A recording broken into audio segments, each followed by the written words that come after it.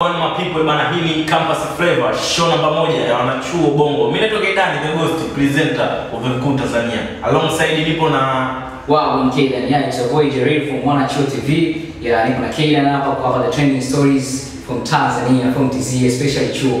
Yeah, welcome. Bana, hadi as you know kwamba kwenye Campus Flavor wao tunapiga story zile ambazo zina trend kwenye vyuo vikuu. Tunajua bana ni story gani ambazo zina make headline kwa sasa hivi kwenye vyuo vikuu Bongo. Bana, story namba 1 tunaanza na story ipi? Yeah, story namba 1 kwa leo ni finali ya Samia Cup ambayo itafanyika KMC Complex mnamo tarehe 17 mwezi wa 5 ya saa 10 jioni. Yeah, of course for sure itakuwa ni kubwa. Yaani mechi itakuwa ni kubwa. Tutakuwa na bonge moja la shangwe. Game itafanyika saa 10 na kiingilio ni bure. Mama shamaliza kila kitu. Mama shamaliza kila kitu. Kwa hiyo wewe mwenyewe tu kusogea pale, wewe mwenyewe kuja na live lako na shangwe lako. Hamna kitu utakosa.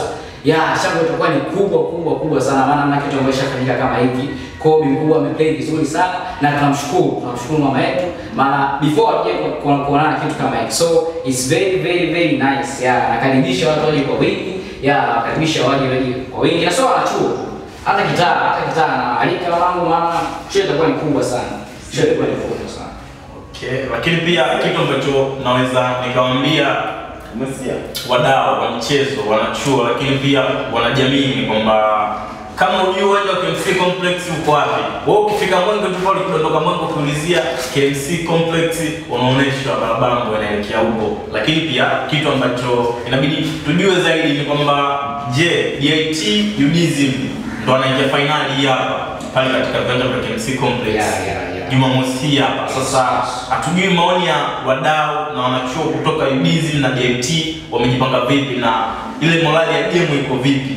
Umefanikiwa kupita kwenye comment mitandaoni au piga story na wanachuo pale DIT au actually comments ni nyingi. Kwa mfano pale DIT nimepita.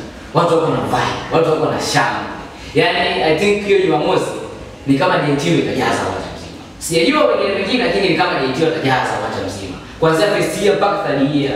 Unajua kile chuo kigumu, watu wanasoma lakini watu wameopt na masomo yao, watu wamepoa pembeni, wanaweka masomo pembeni ili Jumamosi wajae pale. Kwa DIT comments ni nyingi, watu wamekubalia game, wamekubali game, na watu wamejiandaa vizuri. Mitandaoni huku pia comments ni nyingi, ukiachana na wanachuo. Lakini pia naona comments kutoka kwa wadau mbalimbali wengine ambao kitaa ambao shamaliza vyuo wamefurahi na wameahidi kuja. Comments naona ni nyingi sana. Na mwitikio naona ni mkubwa kama ilivyotarajiwa before. Turudi kwenye upande wa serikali. Yes. Mama Samia, Rais wa Jamhuri ya Muungano, amesponsor kitu, amenunua tiketi zote, kalipia uwanja. Watu kuna mtazamo ambao wanauweka pia mtandaoni, pia ndio imepita kwenye comments za wadau. Wanasema kwamba issue hii inahusishwa na masuala ya kisiasa zaidi, kwamba kufanya hapa ni mwaka wa uchaguzi. No. Kwa upande wangu sasa ningesema kitu. Maana mama anapenda michezo. Ukianza kuzungumzia swala boli la mama ambao hata huko Samia Cup lipo, ili kweli mama ameanza nao toka kitambo. Yaani in short mama anapenda michezo na nadhani moja ya furaha yake kama ni michezo. Anapenda kufurahia, anafurahia sana kuona vijana wakicheza. Kwa ni moja ya sehemu ya furaha yake, sio kama atafuta kula, maana vitu vya kazi yake inaonekana. Kazi ya mama inaonekana. Sio kusema kwamba ya kuongeza kula kupitia external forces, no. Kazi ya mama inaonekana na sidhani kama ni mambo ya kisiasa. Na sidhani kama anafikiria wala analenga hilo swala. Mimi nina imani tu mama anapenda sisi vijana tufurahi. Ndio maana anafanya kila awezalo tufurahi. Bana, shout za nguvu zinaenda kwa Cornell Investment ya jamaa ndo wametuwezesha tunashuhudia hii finali live ya elimu ya juu na Samia Cup. Lakini pia tumshukuru pia ndugu Jason Msigwa kwa kutupa nguvu na kutupa power ya kufanya hii finali pale KMC Complex. Ile ni kama design fulani ambaye amefikisha maombi yetu kwa Mama Samia na kuweza kufanya hivyo vitu.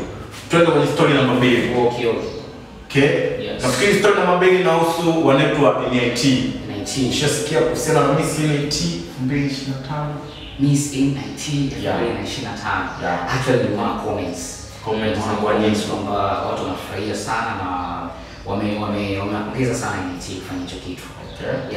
Hata vile vingine sije kusikia, nimesikia kwa wao tu. Kwa ni moja ya achievement kubwa ya NIT na mtikio mali mkubwa, watu wamefurahi. Achana na Samia Cup hii na nini, michezo ambayo ni trending number 1, lakini pia NIT pia wapo kwenye Miss NIT. Nafikiri wamefanikiwa kivipi kwa sababu ukiangalia vio kama FM walifanya Miss mwaka huu, CDE, UDSM, vio vingi vikubwa vya mkoa wa Dar es Salaam havijafanya events za entertainment kama hizi. Okay. NIT unaona wamefanikiwa wapi zaidi? Mimi nadhani NIT ni moja ya vio ambavyo wanampenda sana. Hii ni sanaa hiyo. Hii ni sanaa ambayo kupitia Miss NIT wanaweza kutoa Miss Tanzania, wanaweza kutoa Miss World, wanaweza kutoa Miss Africa. So you see bro, ni kwamba NIT wanapenda sanaa na wanapenda kugusa kila kona. Kwenye elimu wanakuwa wapo, lakini kwenye sanaa pia wapo. Kwa wanawapa tagi sana vijana. Unajua hiyo pia ni shughuli, kwa wanawapa tagi vijana na ni vizuri waendelee kufanya hivyo. Kuhusu vile vingine sijajua mtazamo wao, ila kwa NIT wanafanya vizuri na nimefurahi. Hata mimi pia nimefurahi. Kwa achievement naiona, achievement ni wanakuwa kupitia Miss NIT tunaweza kutoa Miss Tanzania na tunaweza kutoa Miss World. Okay. Na ukiangalia ule mwitikio wa watu upo vipi kwa pale NIT? Mwitikio ni mkubwa sana. Mwitikio ni mkubwa sana na kila mtu amepraise hiyo jambo. Watu watamani ilikuwa sponsor, you know. Watu wanatamani waingie kwenye group ya sponsor, maana hii kitu ni kubwa sana. Kwa wanafurahi pia wao kama wao. Lakini kupitia wao wameweza kuinfluence na watu wengine nje. Watu wengine nje ya NIT kufurahia hiyo jambo. Kulipa sharp sana. Kwa NIT wenyewe naona mwitikio ni mkubwa mno. Nilijaribu kutembelea hata kwenye page yao, nimejaribu kuongea na baadhi ya wanachuo NIT na nimeona of course nachofikiria na kimaanisha kwamba nimeona watu wanafurahi sana, watu wamefurahi sana kuhusu jambo na wanaliunga mkono. Okay, bana tuna step ile kwenye story number 3 bana, na story number 3 kwenye campus flavor hivi ulisikia ile show mjao? Show mjao nilisikia pia. Ili kavipi? Kwa sababu story ambazo zilikuwa zimeibuka mtandaoni ni kwamba ilikuwa inaonekana kama mjao amehusika kumdhalilisha wale wanafunzi wa Alzi. Nafikiri hadi chuo cha Alzi kilitoa tamko, lakini pia wale Aluso Media page zao pia za mitandao walitoa tamko ya kusikitishwa na kukemea kitendo kile. Ile situation ilikuwa ni kuona ni sawa kwa sababu mmoja kwa step ile kwenye mitandao ya kijamii, lakini pia kwenye chombo chake pale Clown akasema kwamba yeye anahusishwa kwenye ile sakata hajahusika. Ni wanafunzi wenyewe walikuwa wanagombea kusema kwamba mgombea. Unafikiri ni sahihi kwa wanafunzi wa vyuo vikuu kutafuta trending mitandaoni? Sio sahihi kabisa na sio jambo jema. Na sio jambo zuri kifupi. Hata kimaadili pia kwamba wanachuo wenyewe wanatafuta trending stories kupitia watu wakubwa na kuwachafulia majina yao. Sio kitu kizuri na hiki tunaiona sana kwa kusoma kwanza piko sio jambo zuri kifupi. Sio jambo zuri. Lakini kuja kwa upande wake mwenyewe kwa anachokiongea sina uhakika vizuri, ila sina imani ya kwamba Mwijaku anaweza kufanya kitendo kama kile, kwamba kuwarejesha mwenyewe au kutoka wanafunzi kama kwa sina uhakika kile, lakini sio jambo la imani. Kwenye hii hapa issue kuna taswira zimeibuka mbalimbali watu wanazungumzia mtandaoni. Ndio. Nafikiri ili swala wanafunzi wengi wa vyuo vikuu wanaamini sehemu pekee ya kutoboa ni chuo. Hiyo concept ambayo wameijenga. Kwa hiyo wana force sana trending za mitandao mbalimbali ya kijamii. Tukija kwenye jamii yetu, unaona jamii inawachukulia vipi wanachuo kwenye kizazi hichi hapa ambacho social networks take all over the place, TikTok, Insta.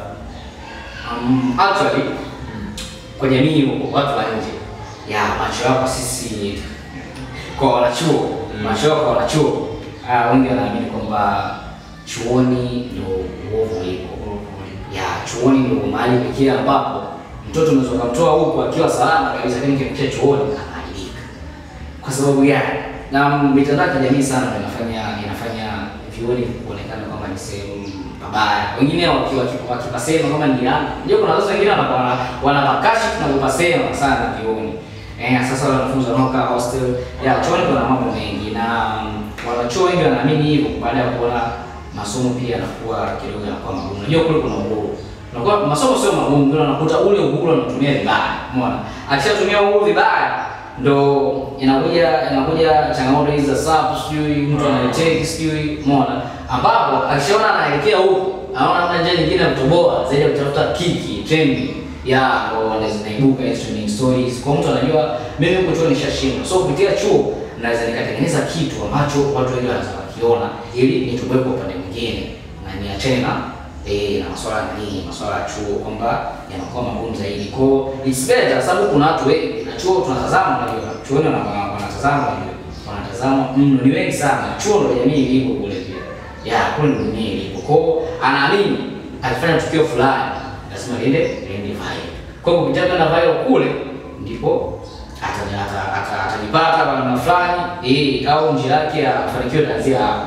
Kwa sio jambo jema hivyo, maana unakuta wengine wanaokia kutenda vitu vibaya, trending mbaya, mnaenda viral vibaya, kwa hiyo inakuwa sio sawa. Kwa hiyo kama una kipaji wewe, onyesha kipaji chako, lakini inabidi ufocus sana kitu kilichokupeleka. Though kama una kipaji unaweza kufanya na ukaenda viral vizuri. Sio mbaya. Kwa hiyo inategemeana na kipi ambacho unataka uwe nacho viral. Okay. Yes. Naona tu step in kwa story namba 4 kabla tujamalizia na story namba 5. Yes. Bana, story namba 4 wiki hii hapa. Yes. Ni umefanya ufunguzi wa Youth Champions. Ni chale kwa bega launch TCC cha Ng'ombe. Yes. Issue ilikuwa vipi ya Youth Champions? Tukio la Youth Champions bana. Season 2. Yeah, of course, season 2. Actually kwa maono yangu au kwa nilipopitia katika vyanzo vyangu, naona kwamba kweli vijana wameamka na wameplan kwenda kuua. Yaani vijana wameamka. Yaani kupitia ni Champions kuna watu wanajiona ndio kuja kwa kina Bani, kina Mario. Kupitia ni Champions kuna watu wanakuja wanajiona kina Kantiwizi, kina Runya.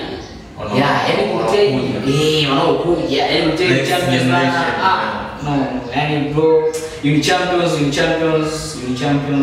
imeamsha watu wengi sana. Okay.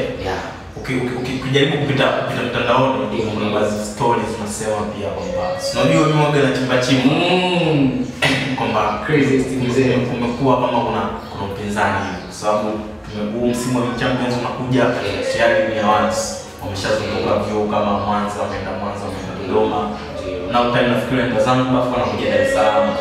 Kumekuwa kama umeonekana kuna upinzani kwamba bana